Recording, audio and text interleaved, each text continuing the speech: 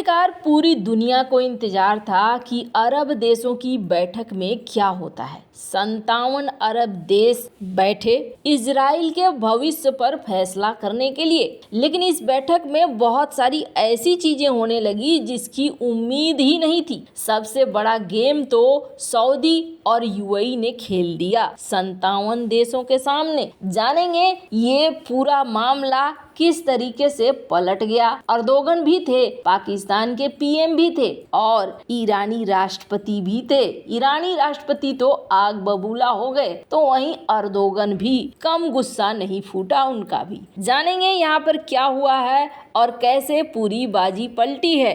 तो वहीं दूसरी तरफ सबसे बड़ी खबर, इन सब मीटिंग के बीच में भारत ने सबसे बड़ा खेल किया है। जानेंगे इजराइल के लिए भारत ने क्या किया है। जियोपॉलिटिक्स में इस वक्त बहुत कुछ चल रहा है, आइए जानते हैं इन खबरों को विस्तार से। कल हमने आपको एक खबर दी थी और बताया था कि फ्रांस के राष्ट्रपति मैक्रोन ने कहा है कि सीज फायर कर दो भैया, बहुत बम गिरा लिए। अब नेतन्याहू की बारी थी जवाब देने की, तो पहले मैक्रोन को जवाब दिया और मैक्रोन को जवाब देते हुए कहा कि देखो ये निंदा विंदा करना बंद करो, अगर निंदा करना है तो हमास का करो, हमारा मत करो। हमारी जीत तुम्हारी जीत होगी, क्योंकि हमारे बाद तुम्हारा नंबर होगा, इसलिए हम अगर जीत रहे हैं तो तुम भी जीत रहे हो, हम बच रहे हैं तो तुम भी बच रहे हो। खैर, नेतन्याहू इस वक्त एकदम बोल्ड स्टेप में चल रहे हैं। वैसे आपको बता दूं, नेतन्याहू ने कुछ चीजों को साफ किया है, पर उससे पहले जान लीजिए जो ये धमाकेदार अरब देशों की बैठक हुई है। सबसे पहले तो अरब देशों की बैठक में एक बहुत बड़ी चीज हुई और ये हुआ 11 साल बाद कोई ईरानी राष्ट्रपति पहुंचा सऊदी अरब। दोनों के बीच जो दुश्मनी थी वो एकदम कट्टर वाली दुश्मनी थी, लेकिन अभी दोनों दोस्त हैं और इस लिहाज से भी यहाँ पर इस बैठक में पहुंचा गया। बहुत सारे देश के मेंबर पहुंचे हैं, 57 देशों को बुलाया गया। देख ही रहे हैं आप, जो तस्वीरें आ रही हैं उन तस्वीरों में आपको सारे बड़े छोटे लोग दिख रहे हैं और यहाँ पर आपको पाकिस्तान के पीएम भी दिख रहे हैं जो फलस्तीन के राष्ट्रपति के साथ हैं। इन्होंने अलग से भी मीटिंग करी है फलस्तीन के राष्ट्रपति के साथ और समझाया बुझाया है, अपने एक्सपीरियंस को भी शेयर किया है, उनकी भी बातें सुनी है। तो यहाँ पर इतना बड़ा भीड़ लगा, सबकी स्पीच की बारी आई। तो सबसे पहले स्पीच दिया किसने? सबसे पहले स्पीच दिया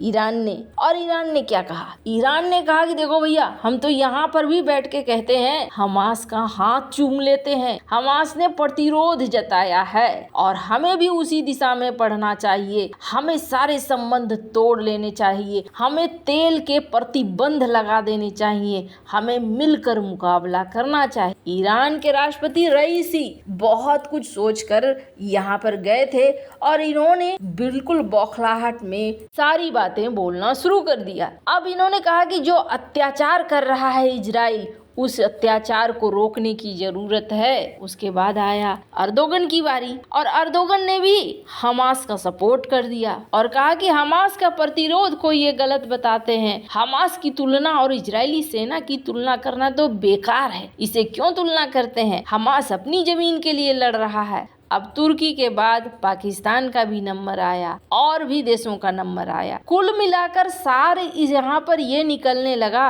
कि आगे हमें क्या करना है। अब सऊदी की जब बारी आई तो सऊदी ने क्या कहा कि हाँ जी बिल्कुल, ये जो इजराइल ने जमीन पर कब्जा करके रखा है यही सबसे बड़ा कारण है। इजराइल कब्जाधारी बना हुआ है और इसकी वजह से संकट है। ये कब्जा जब तक नहीं हटेगा तब तक यहाँ पर शांति नहीं होगी और हम सारे देश सीज फायर का आह्वान करते हैं, मतलब अपील कर। अब यहाँ पर ईरान और तुर्की ने बोला होगा कि नहीं नहीं, वो तेल का प्रतिबंध वो लगाते हैं। हालांकि लिस्ट लंबी चौड़ी थी, जो प्रतिबंधों की लिस्ट थी उस लिस्ट को सुनेंगे तो आपको लगेगा ये तो अच्छी वाली तैयारी हुई थी। इस लिस्ट में क्या क्या था? इस लिस्ट में ये था कि तेल हमें देना नहीं है और सऊदी अरब और अरब देशों का हवाई क्षेत्र भी इस्तेमाल नहीं करने देना है। और ये भी कहा गया था कि जो अमेरिका के बेस है ना हमारे मिडिल ईस्ट में, वहां से हथियार जाते हैं ना, उसको भी रोक देना है और युद्ध विराम के लिए यूरोप और रूस में एक जॉइंट प्रतिनिधि मंडल भेजना है। राजनयिक रिश्ते तोड़ देना है, आर्थिक रिश्ते तोड़ देना है, हवाई क्षेत्र में इजराइल की उड़ानों पर रोक लगा देना है। ये सब कुछ था, लेकिन हुआ क्या? कहा गया कि इस मीटिंग में Saudi Arab, UAE, Bahrain, Sudan, Morocco, Mauritania, Djibouti, Jordan और मिस्र ने इन मांगों को खारिज कर दिया। इस मीटिंग में जमकर बोला सबने भड़ास निकाली, लेकिन प्रतिबंध लगाने की जहां बारी आई तो वहां खास तौर पर वो देश जो इजराइल के साथ अब्राहम अकॉर्ड साइन कर चुके हैं या जो देश इजराइल के साथ शांति समझौता चाहते हैं, वहां इन्होंने कड़े प्रतिबंधों से बचा लिया इजराइल को। अब इजराइल के ऊपर प्रतिबंध नहीं लगे। अब आपके मन में आएगा कि अच्छा ऐसा क्यों किया, इजराइल के फेवर में किया? जी नहीं, मैंने पहले भी कहा है, दुनिया बदल रही है,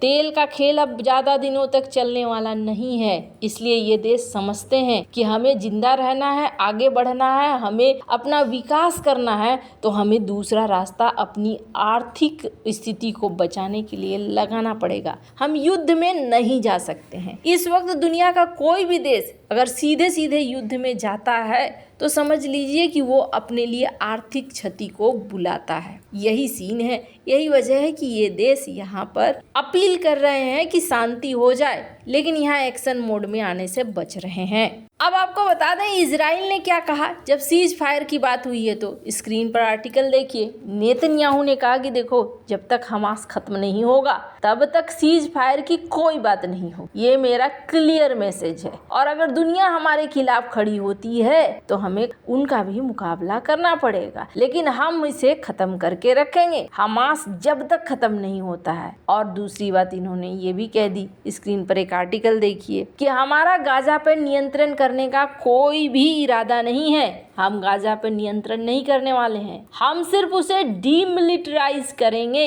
वहां सेना को पूरी तरीके से खत्म कर देंगे, जो सैन्य ताकत है उसे हम खत्म कर देंगे। अब यहाँ पर नेतन्याहू ने अपनी बात साफ कर दी और सऊदी अरब, यूएई ने भी अपनी बात साफ कर दी। यहाँ पर जो देश संबंध बना चुके हैं वो संबंध बनाकर रहना चाहते हैं, स्पष्ट हो गई बात। खैर, जहाँ एक तरफ ये सब कुछ हुआ तो भारत ने एक अलग गेम कर दिया जो उम्मीद से थोड़ी बाहर है, लेकिन इसके पीछे भी कारण है। यूएन में एक प्रस्ताव लाया गया इजराइल के खिलाफ, और ये प्रस्ताव था कि इजराइल ने जबरदस्ती ईस्ट यरूशलेम और सीरिया के गोलन पर कब्जा कर लिया है, तो ऐसे में इजराइल को ये कब्जा छोड़ देना चाहिए। और इस प्रस्ताव के समर्थन में 145 देशों ने वोट दिया है। और कमाल की बात यह है कि पिछले महीने भारत वोटिंग प्रक्रिया में नहीं हिस्सा लिया, लेकिन इस बार भारत ने इजराइल के खिलाफ वोट किया और समर्थन में वोट करने में अमेरिका, कनाडा था। 7 देशों ने इजराइल के समर्थन में वोट किया, तो वहीं 145 देशों ने